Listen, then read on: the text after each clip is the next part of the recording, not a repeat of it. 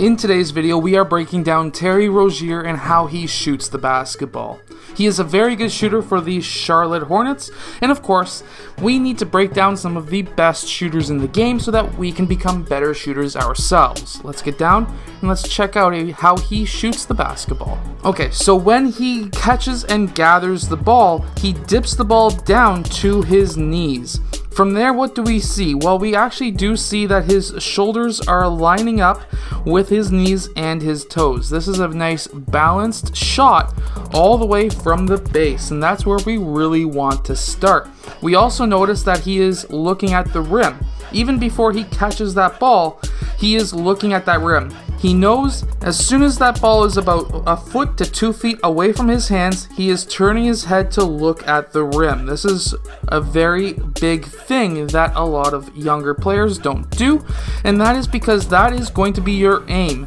You are at that point looking what to shoot at. And this is extremely important. This dip that you see, some players do it, some players don't do it as much, while other players don't do the dip at all. The dip is actually really good to do, mainly because it's like a backswing in golf. It basically lines up your shot. It creates rhythm. We can also see in this clip as well as the next clip that his feet are also pointing pretty well directly to the rim, and his left shoulder is just slightly back from his right. There are a few coaches and trainers who will say you need to be squared up to the basket. I, however, don't say that. I like to say that you can be lined up and squared towards the basket. That's great, but the main thing that you want to do is to create what I call the shooting triangle, which is having your elbow in line with your shoulder so that that upper arm is an arrow or directly pointing towards the rim. From there, we like to have the ball in the same plane over top of the elbow. That doesn't mean that it has to be a 90-degree angle. It can be 45, but if you were to stick a straight up and down pole from the ball into the same lane or the same line as the elbow and then take it towards the rim, what you would then see is that pole would line up with the pole if there was a pole down the center of the rim. Now going back just a bit, as we can see that he is also up on his toes, and we can see that by the shadow underneath of his heels, and that is because we want to use our calves at first to get us up off the ground. We're going to engage our quads as well as our calves at the exact same time, getting us up into the air. Now, one thing that I do notice about Terry Rozier, and keep in mind that he is a 38% three-point shooter career-wise, and then this year, 2020-2021, he is a 44% three-point shooter, and we are roughly halfway through the season.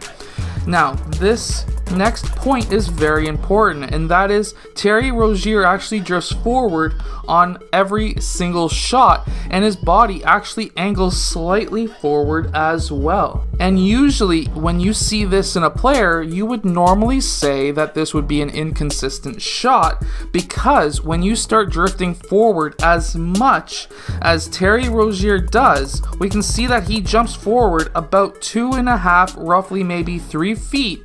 And when that happens, you have to be able to jump roughly the same distance every single time, or your body needs to be able to change the amount of power on your shot if you're not jumping as far or if you're jumping farther forward. However, at 44% three-point shooting, I would definitely not be changing anything with his shot. The reason is because if you're over 32%, you are actually considered a more efficient player than if you were to drive towards the rim and get layups.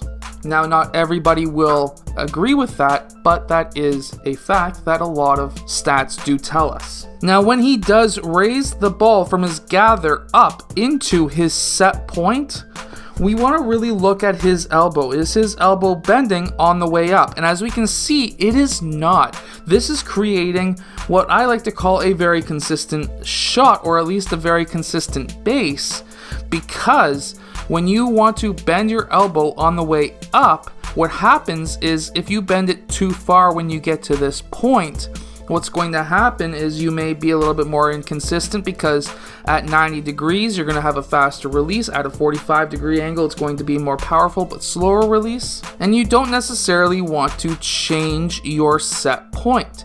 Now, if you wanted to have a quicker release, you can, but it takes a lot of practice. Now, going up into his shot, we can see that he actually releases that ball on the way back down from his jump. Now, some players will release the ball on the way up. Some players will release the ball at the top of their jump, which is roughly about there.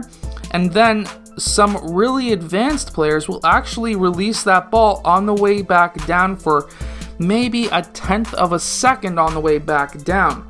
Now, the reason why some players will do this is because when you're landing or you're coming back down, you're a lot more stable in your shot, which allows you to be more consistent when shooting. However, that is most likely the reason why Terry Rozier can jump so far forward and be so consistent at the exact same time. We can also see that he has a soft release, which will allow him to get more arc on that ball but less backwards rotation. However, we can see that he does get a lot of arc. When he releases that ball, his elbow is above his forehead, which will give him a lot of arc. He then brings his arms down once he lands, and that is a very nice shot. Now, his set point is roughly right above his right eye. We can see once again that he is angled maybe a couple of degrees forward into his shot. Even though this is a step back shot, he still leans forward and jumps forward, and he's able to get that shot off over a taller defender. His gather, however, on a step back is right at his upper thigh and not at his knees, which will allow him to have a faster release, especially from a jump shot or a step back jump shot when there is a taller defender, as we see here. I hope that by breaking down Terry Rozier's basketball shooting form, that you as well can have a better shot and a higher shooting percentage. If it does, hit that like button and subscribe. I hope that this video has helped you, and I'll see you guys again in my next video.